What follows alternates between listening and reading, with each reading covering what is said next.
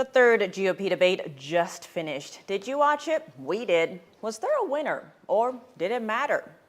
Trump, the clear frontrunner, was MIA again, but had his own rally down the road, conveniently just 11 miles away. Was he the winner? We've got a panel that's ready to talk. I'm Tiffany Meyer, and we're broadcasting live from our brand new studio here in New York City. Isn't it great?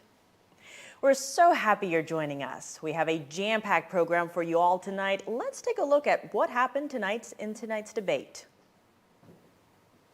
I would tell President Biden with great clarity, if you want to stop the 40+ attacks on military personnel in the Middle East, you have to strike in Iran in order for us to have a powerful response from America.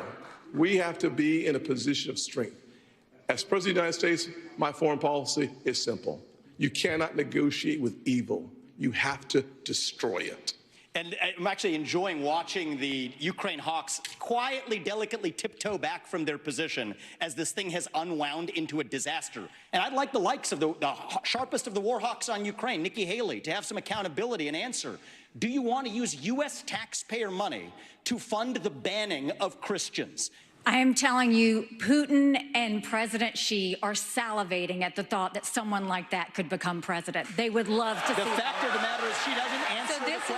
No, I don't think we should give them cash. I think we should give them the equipment and the ammunition to win. And I'll tell you, if Biden had done it when they first asked for it, this war would be over. And the absolute giving in to dictators, which is being suggested on this stage, just shows the immaturity of the approach. You know, Ambassador Haley said somehow I wasn't doing. She welcomed them into South Carolina, gave them land near a military base, wrote the Chinese ambassador a love letter saying what a great friend they were. That was like their #1 way to do economic development. In Florida, I banned China from buying land in this state, and we kicked out on our universities, and we kicked the Confucius Institutes out of our universities. We've recognized the threat, and we've acted swiftly and decisively. So here's why we can't get tough with China. It's because we depend on them for our modern way of life, and we have to declare economic independence from our enemy. TikTok is not only spyware, it is polluting the minds of American young people all throughout this country. And this is one of the big failings among many of the Trump administration. He talked tough about TikTok. I heard him do it many times. But when it came down to it, he did not ban them when he could have and should have. Sitting next to me, Robert Cahaley, founder of the Trafalgar Company, the polling company, the Trafalgar Group. Robert, thanks for being our first guest in our brand new studio. We have a cup with some mysterious liquids in it. You'll have to drink to find out what it is. It's late at night, you never know. Is it vodka? Water? Nope, not vodka. All right, so we just watched the first debate. Who won tonight? You know, I think it depends on your audience. I mean, if you're focused on the MAGA universe, I believe that Vivek probably did the best there because he wasn't critical of Trump at all. As a matter of fact, called out Christian Wilkin about the Russia collusion stuff and called out the party, and there's a lot of people very frustrated with the party. So I think he spoke to that. Nikki and Chris Christie, both of the two of them did a great job of kind of consolidating this establishment wing. I think Christie was much improved this time from where he's been in the past. But you know, former Ambassador Haley had a lot of excellent points that she made that she articulated a little different. I mean, if there's, I wouldn't say he was a loser because he's just a wonderful guy, but I don't think Tim Scott really caught on again. And I think he's probably the one who had the worst night. Not that he did anything wrong, but he didn't do anything that kind of moved the ball forward. He didn't have a stand-up moment. He did. But it was interesting to see DeSantis stay in the MAGA lane, but take on Trump specifically. As essentially not, he said he wasn't MAGA enough. And so I think that was an interesting angle. And everybody's kind of wondering, when is he going to get to that? When is he going to really go hard? And so I feel like, you know, it's almost like DeSantis strikes back. I mean, he's been kind of the guy who didn't make a lot of waves in the last two.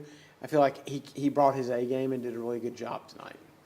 And can he shift the base to vote for him away from Trump? You know, I don't think that's likely. At this point, that's going to be really hard. This is really kind of more. These debates are like fodder for political junkies, but the audience is continuing to shrink. I think Vivek's point about having Joe Rogan and Musk, I mean, like that would get some attention. But you know, Republicans were suspect of NBC to begin with, and so you'd had to really kind of be tuned in. And elections are won by people who don't live and breathe politics, and the people who do live and breathe politics talk about it as if what sways them sways everybody else, and it doesn't. It's a fascinating point, and I want to keep on that. And first, we're going to introduce the rest of our panel. We have some other great guests tonight. Roger Simon, author of the new book, American Refugees. He's also the director of the Presidential Roller Coaster 2024. Also, Bart Marcois, who's held positions in 3 administrations, clearly all veterans in politics. We're so happy to have you all with us tonight. We just heard from Robert here. Roger, do you agree with him? Substantially. I think that this was kind of a non-event that I had to keep pinching myself. On the other hand, occasionally I got awake. You know, I was friendly and a fan of, and I did it in the roller coaster with Vivek Ramaswamy earlier, but I think he tends to go over the top.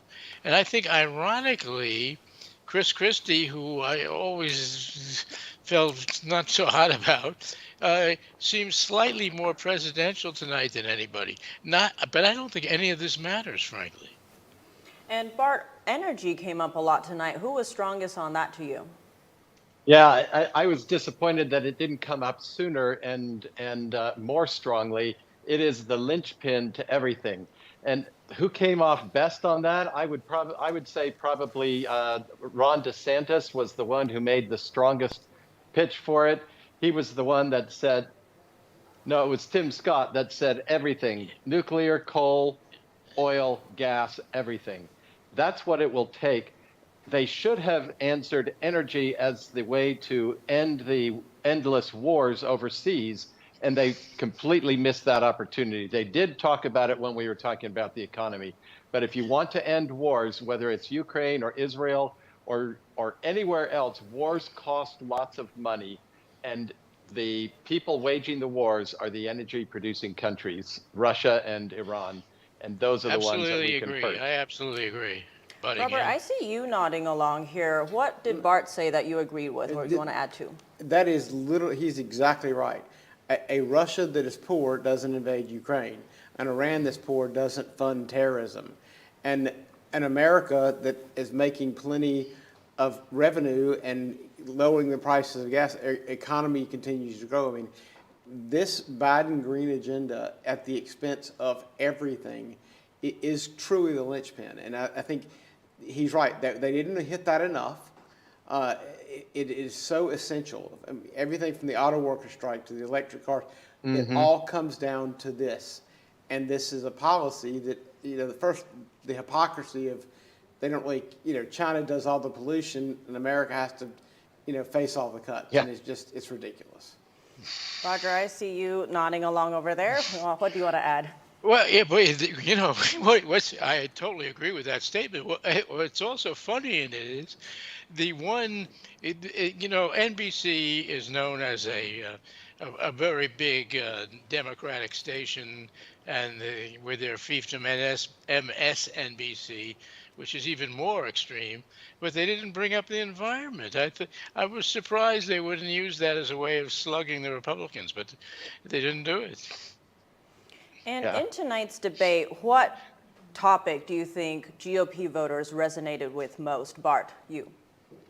Well, I think Vivek grabbed everybody's attention right from the start, right out of the gates, when he said, look, you know, he kept doing this. He would go for the big principle. He said, you know, the real thing, why are we even here talking to people from NBC? And what is wrong with the RNC that they're not doing that? And he touched on the fact that Republicans have a hard time framing any debate, any issue to their favor. It's why we lost the elections in Virginia and Ohio and everywhere else lately, because we're not taking on these big issues. We're not saying, why are we even talking about whether we should do this kind of green or that kind of green? We should be saying we should be producing all of energy every way that we can. Why are we talking about abortion as if it should be 12 weeks or 15 weeks or 24?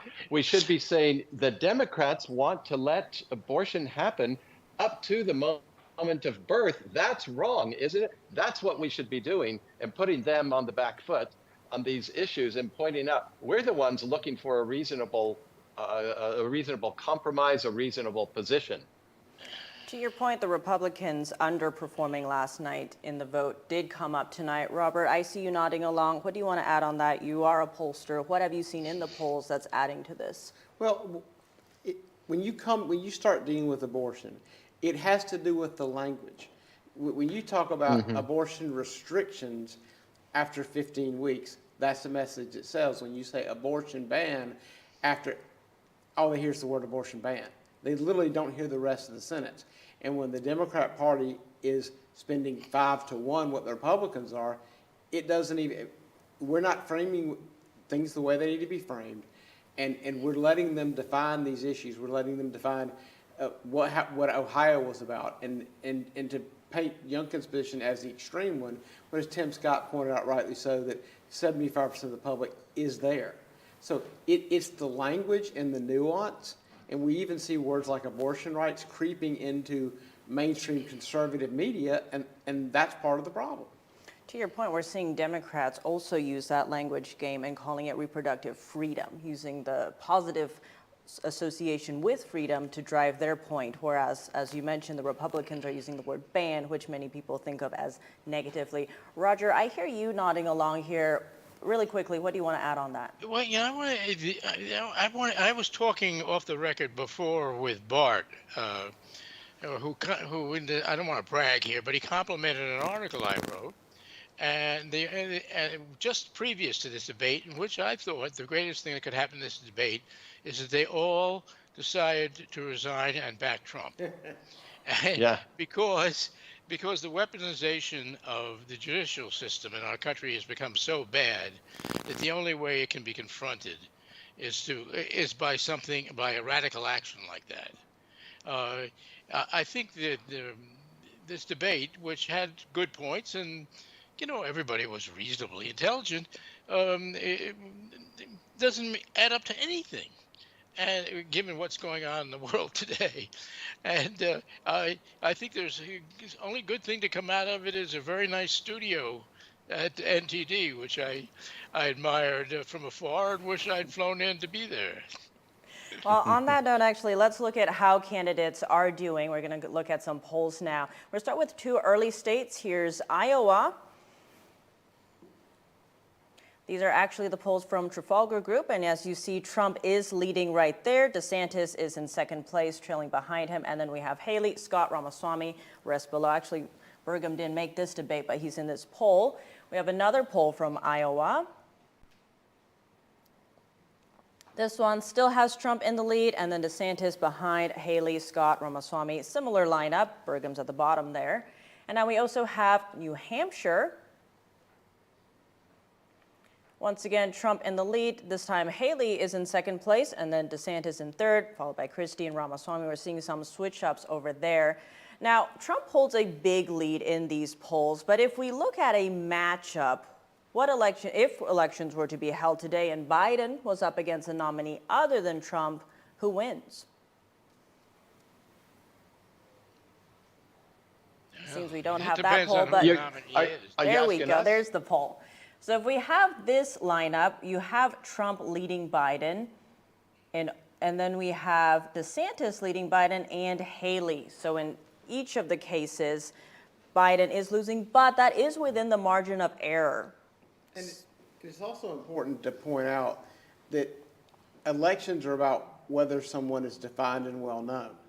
Trump and Biden are completely well defined and well known. Even though they've gotten a lot of attention, DeSantis and Haley aren't. So it is hard to measure how they would really do because, frankly, all of their skeletons, all their bad stuff hasn't been aired. I mean, there's hardly anything left to air about Trump or Biden. Everybody kind of knows the stuff. And so it's not an apples to apples comparison at this point. But I do think that it demonstrates that right now Biden is very, very weak. And that is because this election is a lot about the economy and how people feel. And how people feel, you know, when you're worried about whether, you know, you can buy groceries on your credit card, you know, you're not concerned as much with abortion or transgender rights or anything else. I mean, you're trying to feed your family. And some of these issues are kind of the issues that are sometimes people miss what's really important, and that bread and butter stuff is what matters to people. And they look at Trump as and Biden as that's an A-B comparison. We got 4 years versus 4 years. That's an easy comparison. That is apples to apples. That's a good point. And on that point about Trump, he actually conveniently held a rally just 11 miles away from tonight's debate. He's saying it's not counter-programming. It's just a coincidence. But actually, on the ground over there, we have our very own Jack Bradley. He's down there. I'm here in Hialeah, Florida, where Donald Trump is holding a rally. Just at the same time, 11 miles away, the Republican presidential candidates just held their debates. And now, still, the former president is dominating in their field. He's polling at about 50% according to Real Clear Politics polls, and also beating President Joe Biden in 5 key swing states. That's according to New York Times and Siena College's latest poll. Trump spoke to a very enthusiastic crowd today. He said the wars in Israel and Ukraine wouldn't have happened without if he was in office. And he said he would stop the surge of illegal immigration, and he's the only one to prevent World War III. Now let's go to that and see what he said. For 4 straight years under the Trump administration, I kept America safe. I kept Israel safe. I kept Ukraine safe. And I kept the world safe. But we have never been closer to World War III, and only for one reason. We have incompetent people talking on our behalf. Once Biden took over, the terrorists have flooded into our country, and bad things are happening. When you see from China thousands and thousands of young, strong men coming into our country, what's that all about? If you hate America, if you want to abolish Israel, if you sympathize with jihadists, then we don't want you in our country. Every time the radical left Democrats, Marxists, communists, and fascists indict me, they indicted me, can you believe? But this is a political indictment. This was a Biden indictment. Even that stupid trial going on in New York. I asked Trump supporters here on the ground in Hialeah what they think about Trump's presidential candidacy. They said that they don't need to see him debate against the other candidates. He already has enough support. And they also said that his cases won't affect his standing for candidacy. The Republican presidential primary is set for the first half of 2024. Tiff, back to you. Jack, thank you for that. And it seems like you're enjoying Florida down there. Now let's return to our guest, Robert Cahaly with the Trafalgar Group, here in the studio with us. What did you make of what we just heard about Trump? I mean, it absolutely doesn't surprise me. I think his point about the fact that we didn't have these conflicts, you know, goes back to what we were talking about earlier about energy and less in regulation and doing the things that made America more competitive and you know, kept Russia and Iran from getting rich. I mean, that's what it all comes down to. And so that when he's talking about returning to those days, that is a message that works. And then this idea of the dual system of justice, he's aligning a point that says, if you don't like this, there's only one way for you to make it stop, is you have to back me. It's like, you know, is the right going to the left to find what box they're in? And if they can decide which candidates the Republicans can have, which ones they can't, then the left is deciding what box the conservatives are in. And it's a pushback saying, no, we get to pick our candidates, you don't. And on that note, let's actually bring back our other two guests, Roger Simon, author of American Refugees and director of the Presidential Roller Coaster 2024, and of course, Bart Marquez, former presidential campaign policy advisor. What did you make of the point we just heard about Trump from Jack there. Bart, you begin. Well, he's absolutely right. That the whole point of this is Trump is being persecuted under political prosecutions. And it's obvious to anybody, who's looking, and he's in a similar position as Israel is in the war against Hamas. After they finish with Trump, they will come after us. We all know that. Everybody knows that instinctually. After Hamas finished with Israel, heaven forbid, they would come after us. After Iran finished off Israel, they would come after us. All of these people are the front line. And we don't get to say, well, I will only support people that I agree with 75 or 80% or more. I'll defend them, but not anybody else. You defend the principle. You defend free speech. You defend equal justice. You defend the right to live in a land of your choosing, free from terrorist attack. That's what you defend. And Bart brought up Israel there. Roger, I know you're waiting to weigh in. Go ahead. Well, I don't have more than an hour to say about Israel right now, but you know, and that sort of puts this election in perspective, because it's such a dreadful thing that's going on right now, the possible elimination of a state and a people, that you know, the bickering between these candidates, some of which appears to be made up. What I mean by that is those of us who are married and agree with our spouses about practically everything, that's true of me, we'll often find something to bicker about. but in reality, our sides could be flipped the next day, and it would be the same. And that's what this was a debate between people who, to a great degree, substantially agree with each other, except that I would say on war issues, Vivek was more isolationist than the others. The rest are not. And I stand in between on that, because I think I'm a little more skeptical of the Ukraine situation. But I could be convinced either way. I think the Ukraine situation has a lot to do with understanding exactly how the money is being spent. I'm hearing a lot of chuckles from our panel on this bickering part, but hold those thoughts. We've still got a lot to get to, and we have a lot more for all of you when we return. You'll be hearing straight from voters in a special segment coming up live on NTD News Analysis.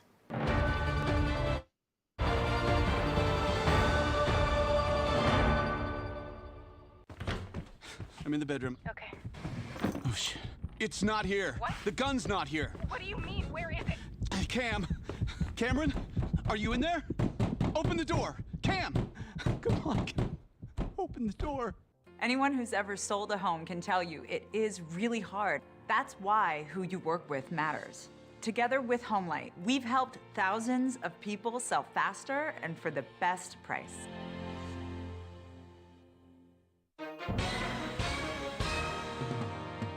Hi everyone watching at home. We're here to remind you that if you or someone you know were injured in an accident that was not your fault, listen up. We have live agents available right now to answer your questions and tell you how much your case is potentially worth. Hi, I'm Gina Bellich, here with spokesman and TV personality Tom Mustin with us in the Help Center. So Tom, phones are really busy over there. Tell us what kind of calls you're seeing. Well, Gina, first off, thank you for having me here in the call center with you. We always enjoy talking to the viewers and getting folks the compensation that they deserve. You know, we're seeing calls about all kinds of accidents, but the most common by far has been car accidents. So if you or someone you know were injured in an accident that was not your fault, give us a call right now. You'll speak with a live person. They'll answer any questions you have and tell you if you have a case and how much your case is potentially worth. Thanks, Tom. All right, folks at home, you heard it. Take advantage of this opportunity and call now. Are diapers destroying your confidence? Men's Liberty can help. Our discreet external device is safe, sanitary, and keeps you dry 24 hours, day and night. Step into the spotlight and do more of what you love with Men's Liberty. It's been ordered over 5 million times by thousands of satisfied fans. Call now to get a free week supply with your first order. There's no obligation, just the opportunity to try the most revolutionary solution to incontinence ever made. Unlike diapers, Men's Liberty is a long-term answer to dealing with incontinence. Make the choice to finally move forward with your life by calling Men's Liberty today. We'll answer all of your questions about how our completely unique device works and how Medicare can cover it. Dealing with expensive, uncomfortable diapers is no way to live. Men's Liberty lets you get back out there with more freedom and confidence to be you. Ready to find out more about our offer to get a free week supply? Then don't wait. Call Men's Liberty today.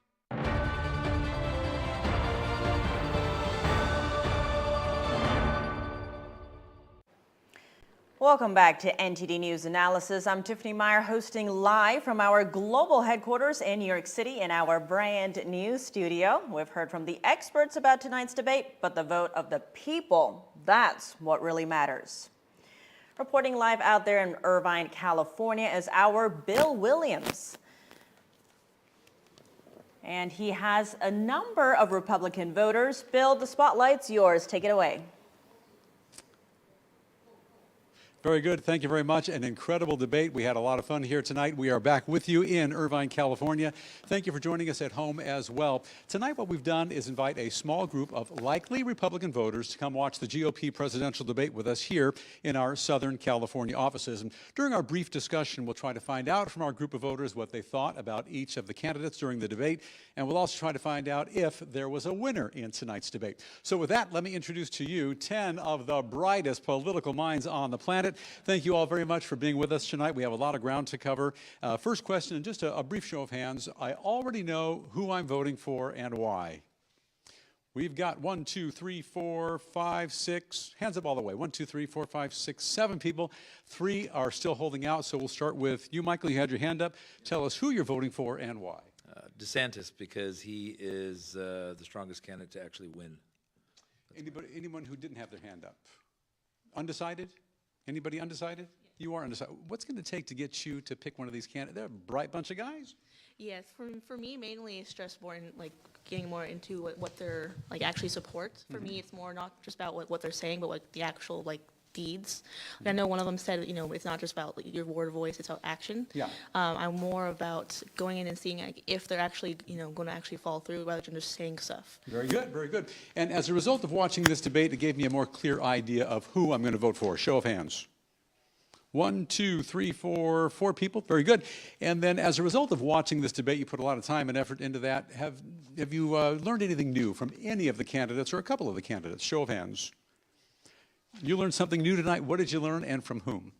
I feel like the positions, especially on abortion, were a little bit more fleshed out, yeah. Especially like Vivek's position. It was kind of novel, so I appreciated basically what he said about it. Very good. And who else learned something new? You had hands up. You learned something new tonight. What did you learn and from whom? I thought it was interesting to learn about Nikki Haley calling China our friend. Yeah. Very good. Very good. Thank you very much. We'll move on to this next part. And this is debates kind of like a baseball game. There are winners and there are losers. No crying in baseball, no crying in politics. So let's find out who won this debate. Let's go through each of the candidates in alphabetical order.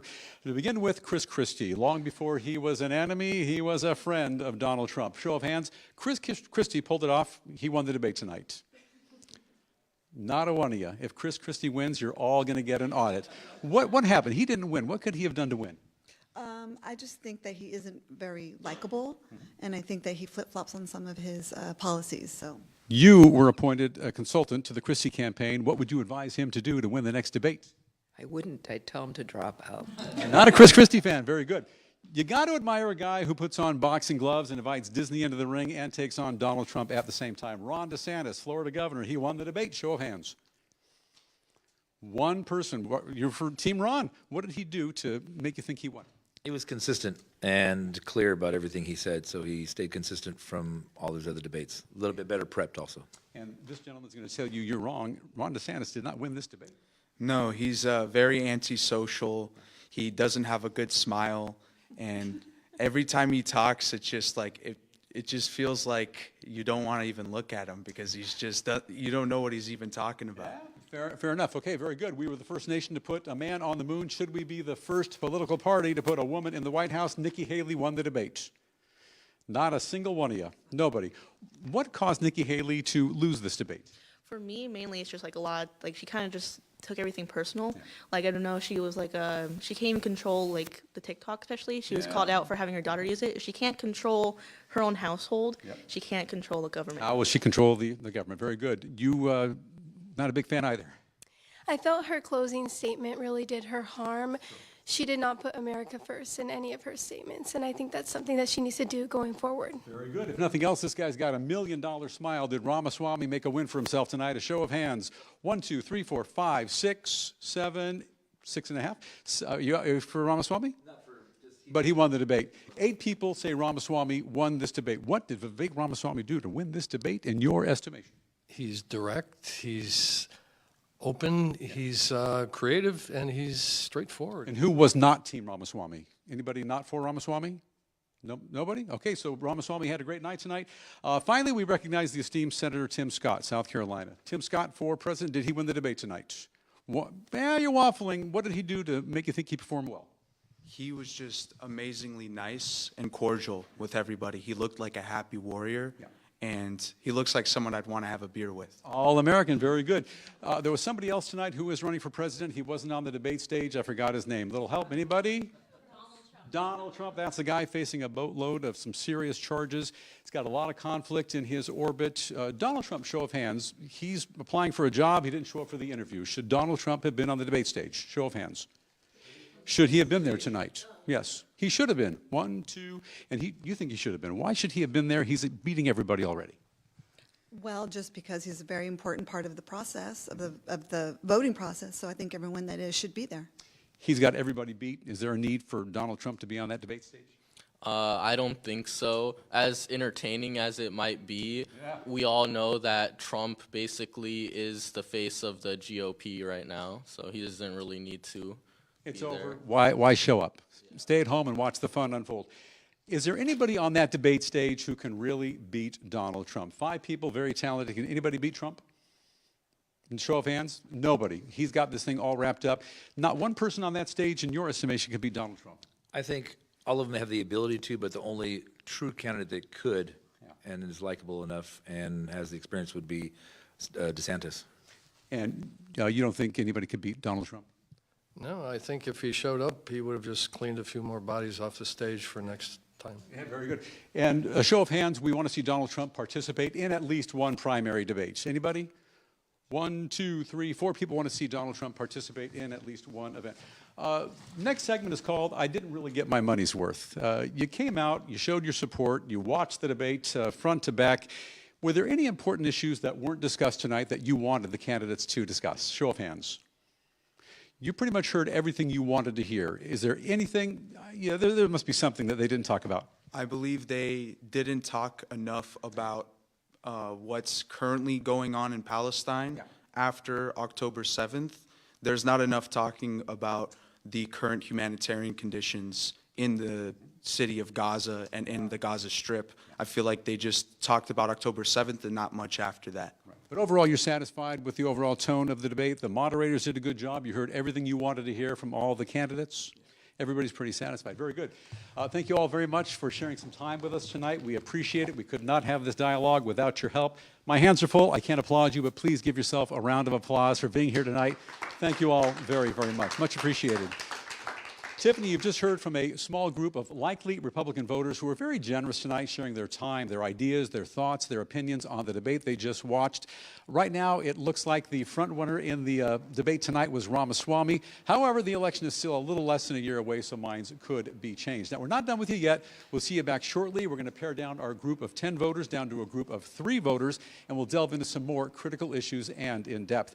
For now, Bill Thomas reporting live from Irvine, California, and Tiffany, back to you in New York. Bill, thank you. That was great. And now back to our wonderful guests. We have Robert Cahaly in studio with us, Roger Simon, and Bart McCoy. Now, we just heard from some voters right there. Now, Ramaswamy seems to have won. That's different from the polling. Robert, let's start with you. What did you make of that? Well, it made sense because one of the things I pointed out was he appealed to the Trump voters in a way where he wasn't critical of Trump at all. And when he confronted Christian Welkin about the Russia collusion stuff, it was like he was running against Trump, but he was almost like, I'm the Trump guy in this crowd. And the fact that DeSantis, although seeking a MAGA audience, drew hard lines between him and Trump is part of why I think it elevated Ramaswamy to those who all said they really thought Trump was going to win anyway. There was a lot of talk about Trump, and now we talked about energy earlier. Foreign policy came up with obviously Israel and Ukraine. Who in your mind is ready to be commander-in-chief?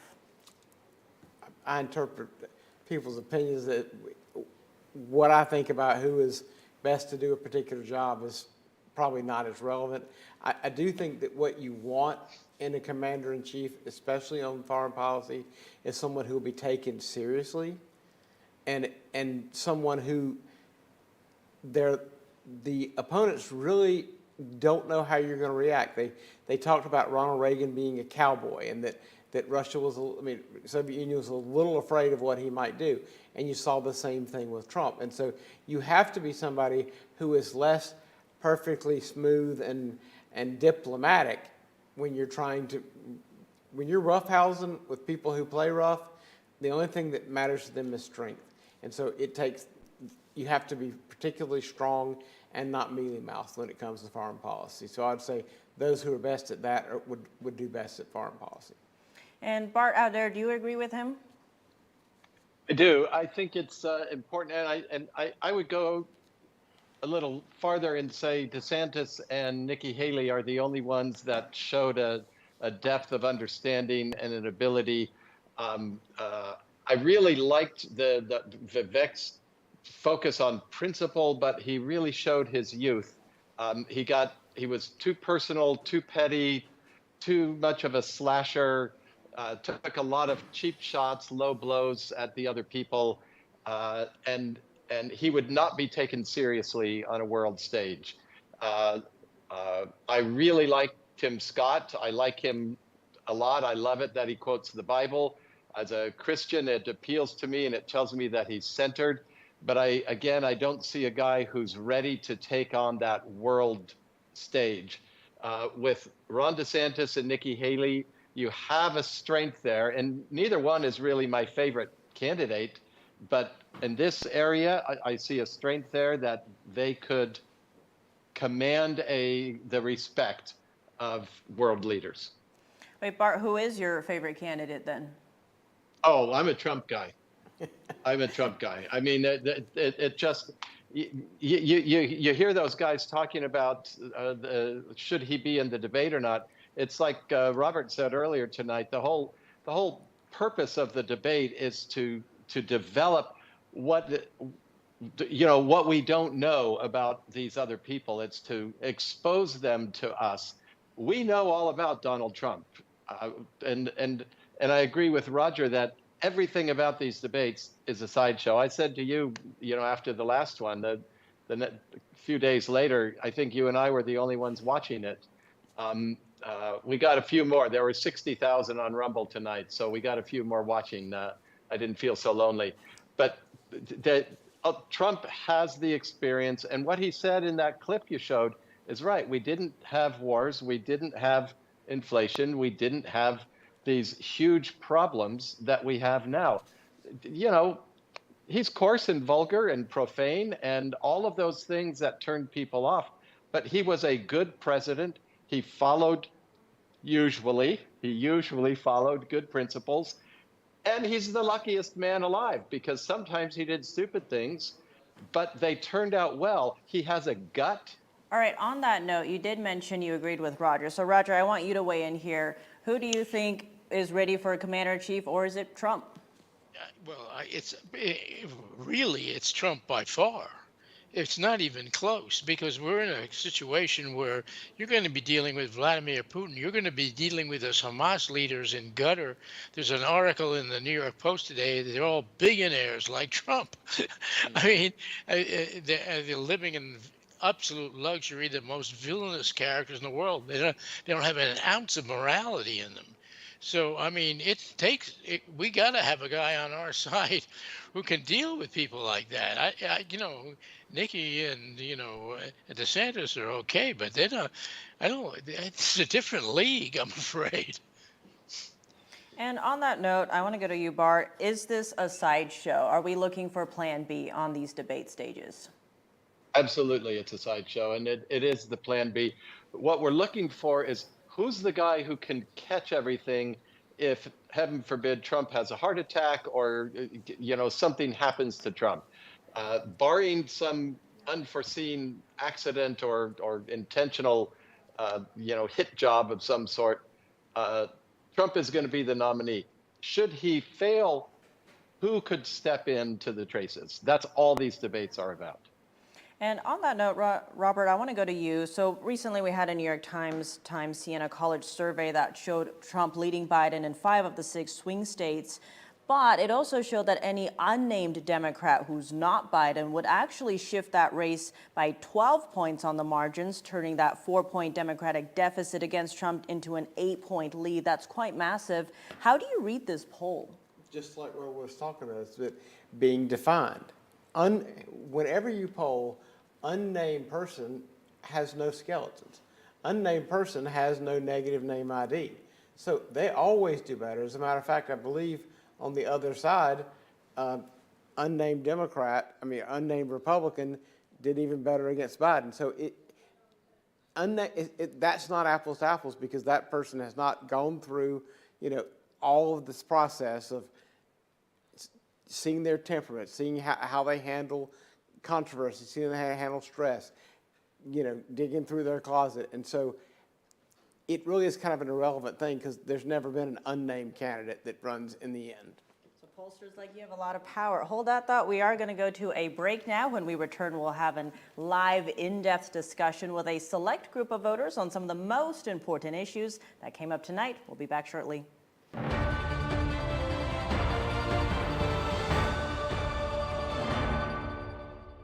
Stay tuned to get 2 rolls of alien tape free. You wouldn't stick your mother-in-law on the wall, but you could with alien tape. It just sticks. Just peel and stick to make anything stay in place quick. Brick, pavers, marble, tile, plastic, even leather. Nothing works better than alien tape.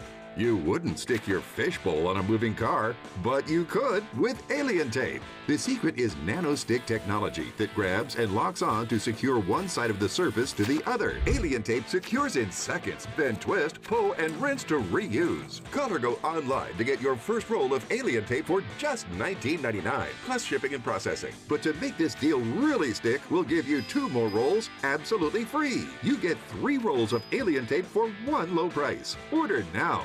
To order, call 1-800-490-1364 or go to tryalientape.com. So call 1-800-490-1364 or order online at tryalientape.com.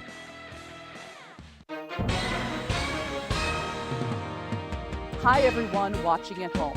We're here to remind you that if you or someone you know were injured in an accident that was not your fault, listen up. We have live agents available right now to answer your questions and tell you how much your case is potentially worth. Hi, I'm Gina Bellich, here with spokesman and TV personality Tom Mustin with us in the Help Center. So Tom, phones are really busy over there. Tell us what kind of calls you're seeing. Well, Gina, first off, thank you for having me here in the call center with you. We always enjoy talking to the viewers and getting folks the compensation that they deserve. We're seeing calls about all kinds of accidents, but the most common by far has been car accidents. So if you or someone you know were injured in an accident that was not your fault, give us a call right now. You'll speak with a live person. They'll answer any questions you have and tell you if you have a case and how much your case is potentially worth. Thanks, Tom. All right, folks at home, you heard it. Take advantage of this opportunity and call now. Do you feel the bills getting higher and higher every time you check out at the supermarket? Do you feel your monthly discretionary money has decreased, although your income increases yearly? Inflation is eating away at your wealth. Digital wallets and central bank digital currencies are destroying your financial privatization. Only gold and silver are constitutional forms of money. Our privacy was to be protected against unlawful search and seizure. Midas Gold Group will help you take control of your finances and protect your wealth and your privacy. Pulling money out of the corrupt banking and investment system is a way to privatize your finances as the elite push us towards digital wallets and central bank digital currency. Protect your wealth with real money. Deal with the best. Midas Gold Group, a proud America First company. MidasGoldGroup.com.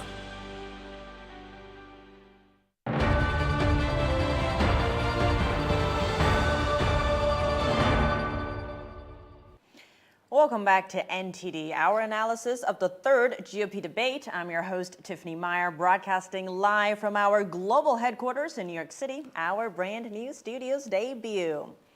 Now back to Bill Thomas in Irvine, California. What's the latest, Bill?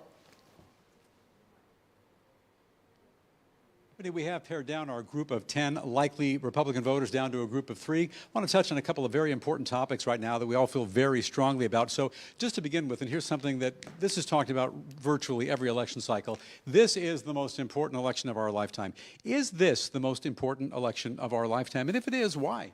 Yes, it is, because this is the last election for conservatives to finally make not just a political, but cultural change. According to Project 2025 and several conservative nonprofit groups aligning with Donald Trump, to fully reorganize the government of this country. And within another 4 years, we don't have another 4 years. Boomers and older generations are starting to die off. The younger generations are more liberal, more diverse, people who don't respect this country as much and who will probably be less likely to vote Republican. So this is our last chance as conservatives to finally change this country for the better. And you'll do all you can to encourage everyone to vote, the younger generation, your parents and grandparents. Yes, sir. China, CCP. How much of a threat is China to its own people, and how much of a threat are they to the West and to the whole world, and why? How? I think China's always been a threat to their own people. They're one of the biggest geopolitical foes we have right now, along with Russia and a few others. But the fact that the financial stability of our country, that it depends on China, that's ridiculous.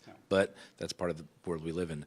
I think it's really scary to not understand the geopolitical foes that we have, and to understand what China's actually doing in their own country. And we just saw them making cozy, President Xi with President Putin. With Putin, that's the other scary thing. A lot of people keep forgetting how close they're getting as different policies from Democrats push that policies to them to get closer. Where does that leave us?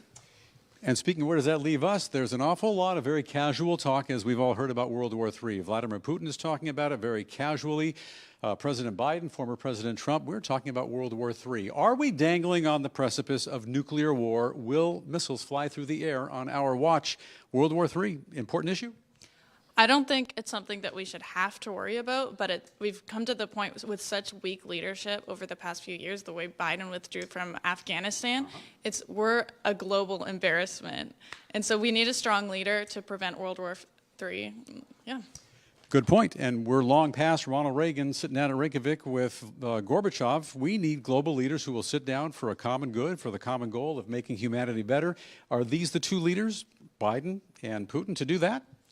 I really don't think they are. I think we need someone like Trump in office. And what about this new global order? A lot of talk about it. If you look and you watch and you listen, you watch China keeping cozy with Russia, you watch Iran, you watch North Korea and a variety of other nations. How long is it going to take for all those nations to come together and say, you're not the big bully, America, we're here to take over? That's exactly right, just like the new currency that they're trying to do with India and Africa and Russia and China. A lot of people don't realize that in the background there's a lot going on that needs to be said, that needs to be heard, that the regular liberal media doesn't speak about. Yes. But that's concerning for all of us, and we should all know about that. And for each of you, we need a new commander-in-chief. We will have a new president in just under a year. Who, in your estimation, will make the most effective, collectively, commander-in-chief? I would say Donald Trump. Because, I mean, we saw how successful America was under him before. Why wouldn't it be the same way again? And the most effective commander-in-chief will be? I believe it would be Ron DeSantis with Trump's policies and his policies together. And your choice for commander-in-chief? I believe it might be Donald Trump, maybe Vivek Ramaswamy as a vice president, possibly. Very good. Thank you all very much for spending your time with us tonight, sharing your very cogent responses to very important issues. Very much appreciated. Tiffany, you've just heard some responses to very important questions we've had here tonight. Clearly, this small group, and a lot of people are very concerned about China, very concerned about the CCP, and we all collectively agree that, in fact, with huge consequences, this will be the most consequential election of our lifetimes. That's the story from our Southern California offices. From Irvine, California, Bill Thomas reporting live. And Tiffany, back to you in New York. Bill, thank you so much for that. And now back to our panel. Now, we just heard one person bring up Ramaswamy as a VP. Bart, who do you see as the best VP? Oh, I don't think it's going to be any of these. I think it's going to be somebody else that that nobody's talking about right now. Just as you didn't ask me this, but in the same vein, I don't really think Joe Biden is going to be the Democrats' nominee. I think he'll go through the primaries, and between the end of the primaries and actually securing the nomination at the convention, he'll have a health crisis and step down, and the Democrats will put somebody else in, somebody who, as Robert has said, is undefined, and will coast through to a potential victory because everybody is gearing up to fight Joe Biden. I don't think Joe Biden's going to be it. Roger, you're nodding along to that. What's your thoughts on that? 100% agree. As a matter of fact, the death toll of Joe Biden was that New York Times Siena poll, which showed Trump beating him. In fact, when the New York Times published that, they were telling the Democratic Party move this guy out, and they're going to move him out late because that, for the very reason that there'll be less time to and they cheat on their rules all the time, so there's no question of no problem with that. And so it gives them less time to get into trouble. I think that's what we're looking at. And I also agree with Bart on the vice presidential thing. I was at first attracted to Vivek because he was young and unquestionably super smart, but I don't think he's ready. And I think it will come from someone else that Trump has been thinking about. What are the qualities needed for a VP? Robert, let's go with you. Well, when I look at where what he most needs, I think he probably needs an older female who can appeal to people who want stability but want to look at her as someone who could be president. And that's a really short list. And somebody who could win and wouldn't necessarily alienate anybody, but at the same time kind of be a consensus builder. I would say probably the governor in Iowa would have been a great choice until she weighed into the race, and then there was a lot of friction between her and Trump, and so she's no longer kind of an option, I think, for Trump. But he needs someone who's older, probably who doesn't want to be president. Because the best way to get the kind of GOP to consolidate behind somebody is everybody think they get a shot at this in 4 years. And Bart, what are your thoughts on that? Who's qualified for VP that Robert was just lining out?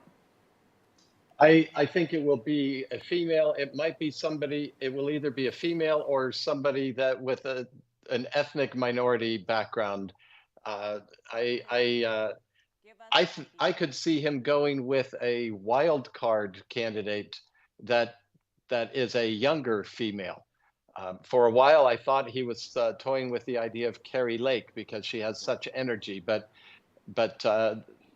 she doesn't fit the main criterion, which is what Robert just outlined. You got to make sure that the others unite behind you, that you're not a threat to them. Roger, what are your thoughts on that?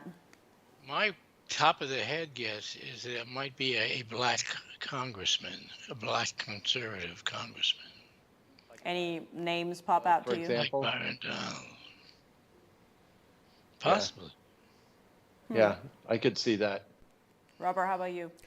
I think the one thing about Trump is his numbers with African American voters and Hispanics are better than any Republican has been in decades. And so that's not where his problem is. And so, and I think we've also seen Republicans kind of reject this strictly based on identity.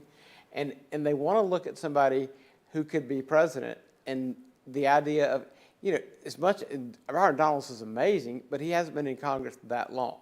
You've got to have somebody who has a little bit of longevity, because it really is like when you're, a president who's that age as vice president, people have really got to believe you could be president. And so I think that is going to kind of get that. If he's trying to fill where he's weakest, I think he'll go with an older female. But, it's his decision, and I think only he knows what he's going to do. And Bart, you had mentioned someone younger. Any names stand out to you? Give us a sense of who that might be. I hate to admit the name that's popping in my head because all you guys are going to think I'm dumb. I don't think anyone else is thinking about her, but I think somebody that if he is aware of her, and I think he is aware of her, I think he would like, and that's Nicole Malliotakis from New York. She's Greek, she's feisty, she's a firebrand. She comes with a lot of fundraising capability. She would bring along a constituency that largely votes Democrat, but would vote for her. Somebody like that, I think, would appeal to him.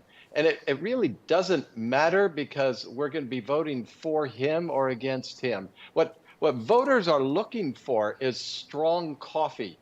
And if you serve up weak tea, you're not going to win. That's why we lost in Virginia. Everybody's trying to be nice. It's why Jeb Bush lost. It's why Mitt Romney lost. Donald Trump is strong, black, hot coffee. And the VP has to be somebody who can fit with that image. All right, Roger, I see you laughing there. What are your thoughts? Yeah.